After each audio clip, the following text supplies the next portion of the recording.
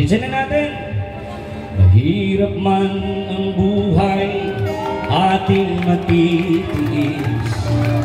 Basta walang mga adik na nakakalat dyan sa mga daan.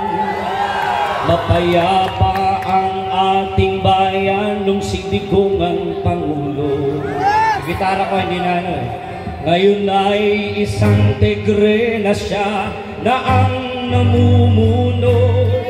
Sa sariling bayan ay hinayaan niya ang mga baniyaga.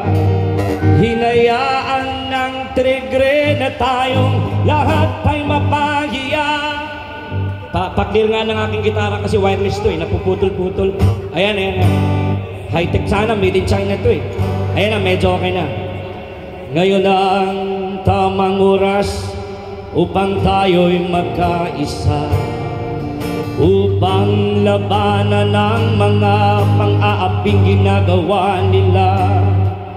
Dahil walang kalayaan habang naririyan ang guko ng isang tigreng magnanakaw at mang-aapi. Magnanakaw! Si Digong ay palayain sa kuko ng isang tigreng mapang-alipin. Isa pa, si Digong ay palayain sa kuko ng isang tigreng mapang-alipin. Ito, meron na akong backup. Eto na. Hindi na tayo mapuputol-putol. Nabutol ako doon sa binili kong China. Binili China. Ayun, mas malakas. Palakpak! Alright, thank you. Patuloy namin. Ayun, mas clear.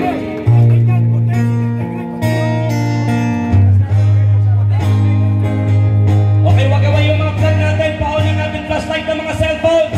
Here we go. Ulitin natin. Mahirap man ang buhay, ating matitiis. Basta walang mga magnanakaw nakaupo dyan sa may... Saan ba? Sa may Pasig? Tadyakan na yan! Ay, sabi ha? Tadyakan! Tadyakan! Dahil walang kalayaan habang naririyan ang mga buhayang dati sa sapalang nakatambay, ngayon nasa opisina na. Si Digong ay palayain sa kuko ng isang tigreng mapang-alipin. Isa pa! Si Digong ay palayain sa kuko ng isang tigreng magnanakaw at mang-aapi.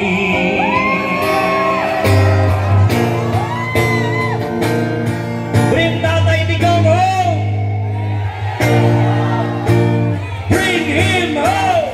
Bring him home! Bring him home! Bring him home! Marcos resign! Marcos resign!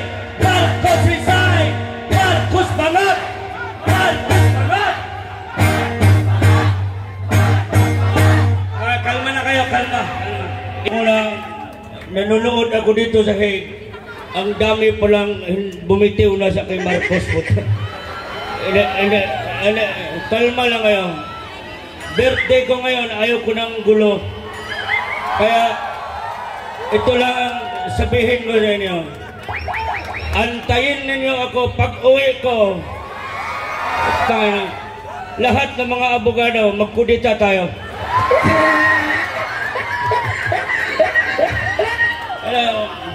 Wala akong plano, nagretiro na ako kaya nagmusikero na lang ako. Ayoko na sa politika, andyan na yung mga anak ko. Bakit after of what I did, ito mensahe ko sa ICC. If I have to do it again, I will do it for my country.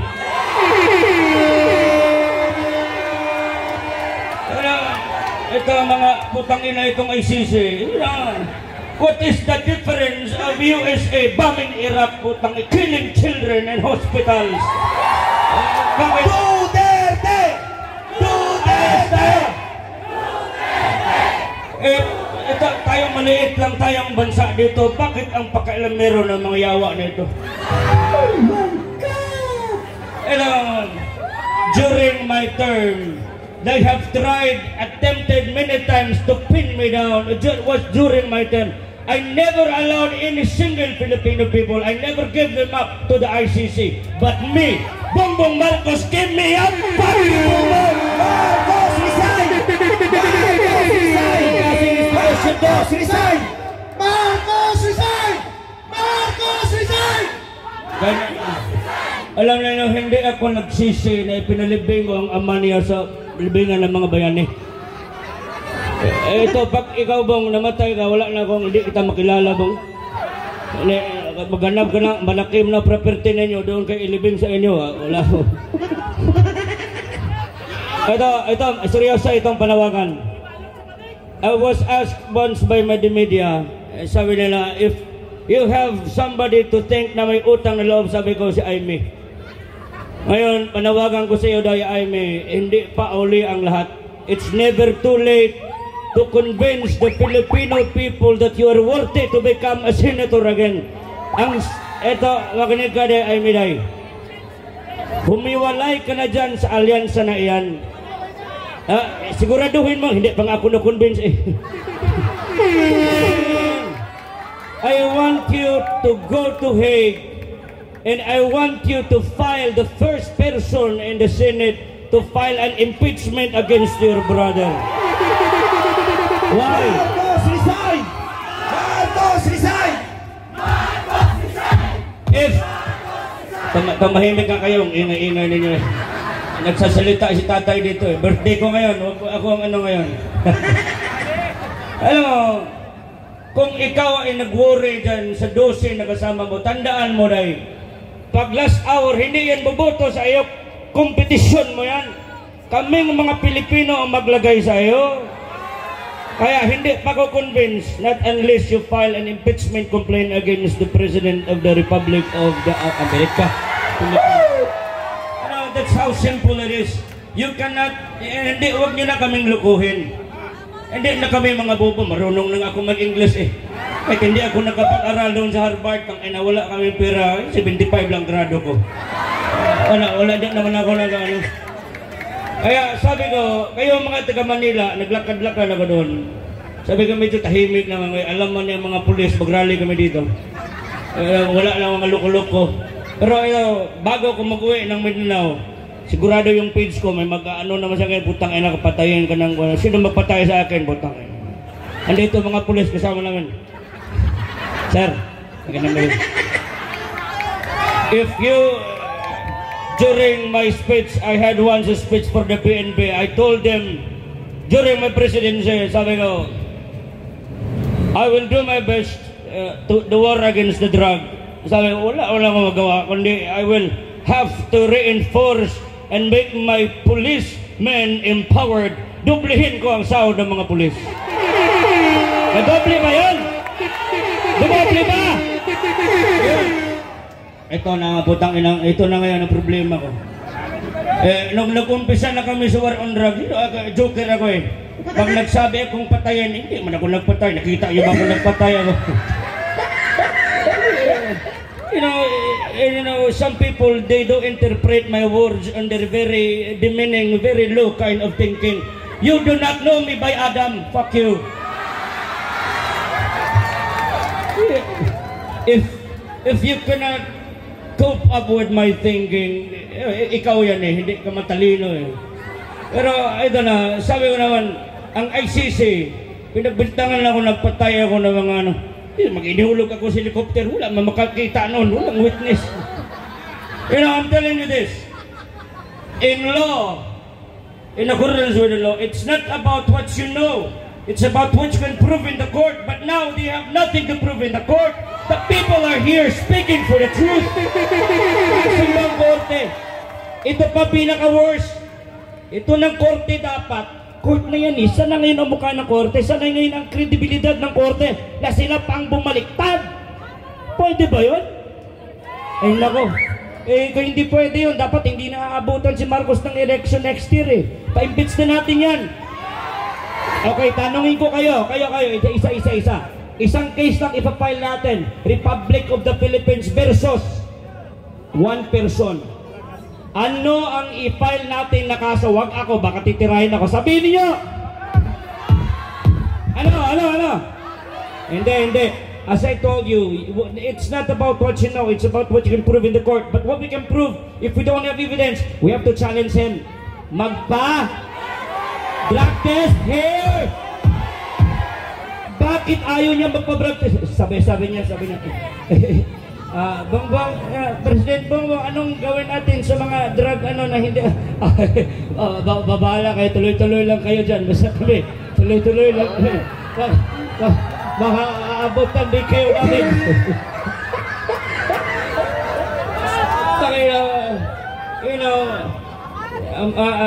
President Marcos, what can you say about the interview nila? Ang tawag interview nila yun. Sabi nila, the narrative of that kami, kumpiyansa kami sa alyansang ito dahil ang ito si Manny Pacquiao ng Bukidnon. Ito sa Sarangani po si Manny Pacquiao. Hindi po.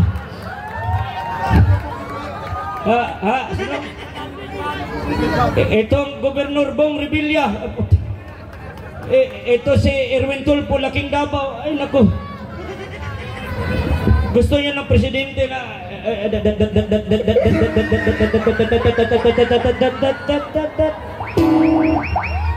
kantahan ko na lang kaya kayo muna. Okay lang. Inom muna ng tubig. Tubig muna. Marami ba tayong speakers ha? After nito, speakers na naman. Tapos ako na naman. Tapos kinabukasan, ako na lang walang boses. Kayo, okay pa? Malayo pang lilipad. Lumipad pa ako ha. Wala akong sponsorship. Hindi ako bayad. Pero may ticket na ako. Amin na din. Kaya thank you, Tijay, for inviting me here. Thank you very much. Alright, here's another one.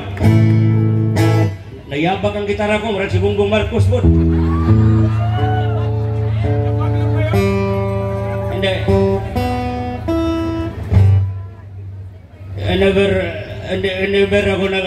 I never said na mag-Marcos ako. Pag nagnakaw uli yan, bahala kayo. Ito original composition ko para kay tatay. Masakit yung daliri ko para sa daliri. Ito na. Sa nagbigay ng sticker ko, salamat ha. Sinulat ko ito kantang to noong 2016 pag panalo agad ni tatay. At hindi ko inasahan na kakantahin ko dito sa harap ng mga tao na ganito pong kalagayan ni tatay. Isang pasasalamat para sa kanya. Pa-effects muna mga pare. Kaibigan, kababayan, kamusta ang bayan ko? Sinilangan. Saray bumangon, palikes ng mga cellphones ng dahan-dahan. Mula pagkalugmok dahil sa mga kagaguhan. Ang dami noong minamatrato ng mga adik na nasa kanto. Ngayon nasaan ang mga abusado? Andun sa kulungan ng iba'y sa misteryo. Salamat sa'yo! Salamat sa'yo, Tatay Digong. Inayos mo ang bayan, pinalawak mo ang aming daan, patungo sa kinabukasan. Salamat sa'yo! Salamat sa'yo, Tatay Digong. Kabataan muling mabuhayan, ngayon ang aming nararamdaman, tinuod na kabaguhan.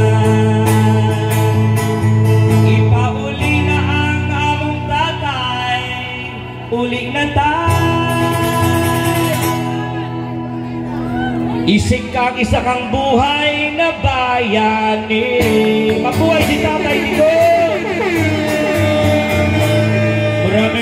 maraming salamat sa inyong lahat. Mag-charge na kayo. Okay, thank you very much. Ako babalik mamaya. Okay, tawagin yung partner natin. Thank you.